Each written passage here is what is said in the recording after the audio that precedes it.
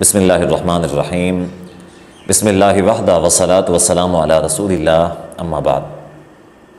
فضائل رمضان کے حوالے سے نبی صلی اللہ علیہ وآلہ وسلم کی ایک حدیث ہے، سنن ابن ماجہ حدیث نمبر 1642 اور سنن ترمذی حدیث نمبر 682۔ علامہ البانی رحمہ اللہ نے اس حدیث کو صحیح کہا ہے۔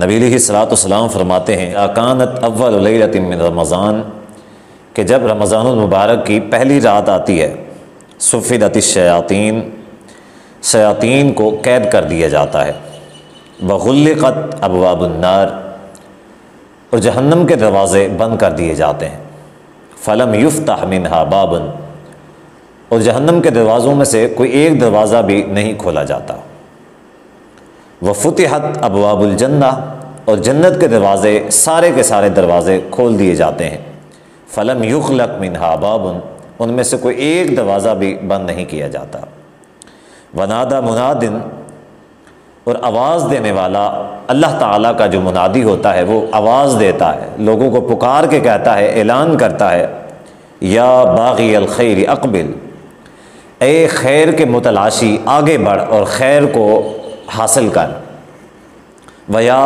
باغی الشر اقصر، اور اے شر کی طرف بڑھنے والے شر کے متلاشی رک جا،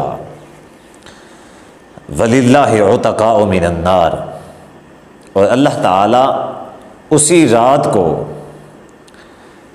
کئی سارے لوگوں کو جہنم سے آزاد کرتا ہے، یعنی ایسے کئی سارے لوگ جن کا نام جہنمیوں کی لسٹ میں ہوتا ہے، جو جہنمی لکھے جا چکے ہوتے ہیں، اللہ تعالیٰ ان کو جہنم کی لسٹ سے خارج کرتا ہے، وذالک فی کل لیلۃ، اور اسی طرح رمضان کی ہر رات میں اللہ تعالیٰ اسی طرح کرتا ہے کہ کئی سارے ایسے لوگوں کو جہنم سے آزاد کر کے اللہ تعالیٰ جنتیوں کی لسٹ میں شامل فرماتا ہے۔ اب یہ رمضان المبارک کی فضیلت میں یہاں پہ اس حدیث کے اندر جو اہم پوائنٹ ہیں وہ یہ ہیں کہ رمضان المبارک کے شروع ہوتے ہی شیاطین کو قید کر لیا جاتا ہے، جنت کے دروازے کھول دیے جاتے ہیں اور جہنم کے دروازے بند کر دیے جاتے ہیں، اور ندا دینے والا ندا دیتا ہے کہ خیر کے متلاشی آگے بڑھ اور خیر کو حاصل کر، اور شر کے متلاشی رک جا، شر سے بچ جا، اور اللہ تعالیٰ ہر رات میں کئی سارے لوگوں کو جہنم سے آزاد کرتا ہے۔ اس حدیث میں ایک مسئلہ جو سمجھنے والا ہے وہ یہ ہے کہ شیاطین کو رمضان مبارک میں قید کر دیا جاتا ہے۔ اب یہاں سے ایک سوال پیدا ہوتا ہے جو اکثر و بیشتر لوگ سوال کرتے ہیں، وہ یہ ہے کہ جب شیاطین قید ہو جاتے ہیں تو لوگ پھر گناہ کیوں کرتے ہیں؟ دیکھیں نا، ایک بات ہے کہ شیطان جو ہے وہ انسان کو گناہ کے اوپر اکساتا ہے، شیطان انسان کو شر کے اوپر اکساتا ہے، تو شاید کہ شیطان نہ ہوتا تو انسان گناہ نہ کرتا۔ اب چونکہ شیطان اکساتا ہے تو شیطان تو رمضان کے مہینے کے اندر قید کر دیا جاتا ہے، پھر یہ رمضان المبارک کے اندر گناہ کیوں ہوتے ہیں؟ اس کی کیا وجہ ہے؟ تو سب سے پہلے سمجھنے والی بات یہ ہے کہ حدیث کے اندر سرکش شیاطینوں کا تذکرہ ہے۔ ایک دوسری حدیث ہے جس میں صراحت کے ساتھ الفاظ موجود ہیں کہ اللہ تعالیٰ رمضان المبارک میں سرکش شیاطین کو جکڑ دیتا ہے، یعنی کہ جو بڑے شیاطین ہوتے ہیں ان کو جکڑا جاتا ہے، یہ جو چھوٹے ہوتے ہیں ان کو نہیں جکڑا جاتا۔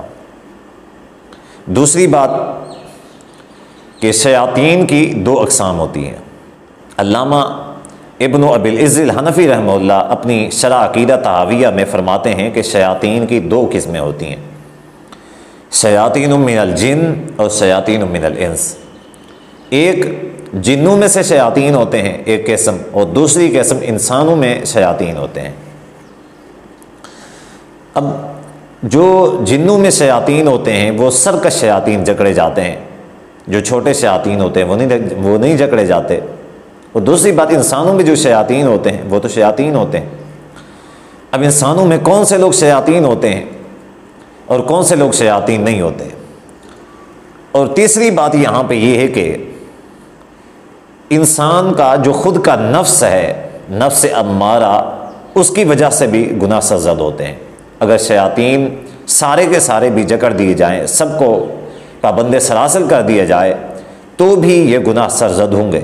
اس کی جو تیسری وجہ ہے وہ یہ ہے کہ انسان کا جو خود کا نفس ہے وہ خود انسان کو گناہ کے اوپر ابھارتا ہے۔ یعنی کہ اب ایک شخص ہے جو سارا سال گناہ کرتا ہے، اس کا پورا سال گناہوں میں، اللہ تعالیٰ کی نافرمانیوں میں، سرکشیوں میں گزر جاتا ہے، اس کا نفس گناہوں کا عادی ہو جاتا ہے۔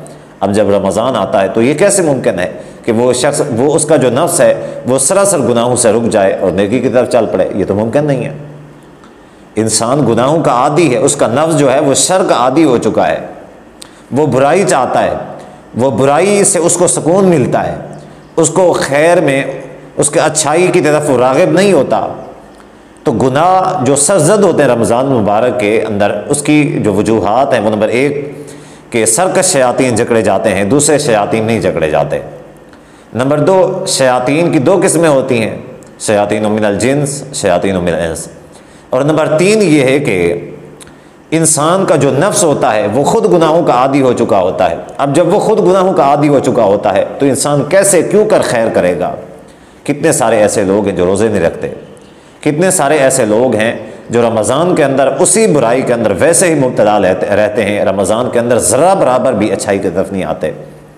یا پھر ایسے لوگ ہیں جو اچھائی بھی کرتے ہیں لیکن گناہ بھی کرتے ہیں، چونکہ شیاطین جکڑ دیے جاتے ہیں تو ان کا نفس پھر ان کو گناہوں کی طرف ابھارتا ہے۔ تو اللہ تعالیٰ سے دعا ہے کہ اللہ تعالیٰ ہمارا جو نفس امارہ ہے اس کو ہمیں اپنے قابو میں رکھنے کی توفیق عطا فرمائے، اس کو کنٹرول کرے، اللہ تعالیٰ ہمیں خیر کے اوپر چلائے، اور رمضان مبارک کی جو سعادات ہیں، جو فیوز و برکات ہیں، ان کو سمیٹنے کی توفیق عطا فرمائے۔ وآخر دعوایا ان الحمد للہ رب العالمین۔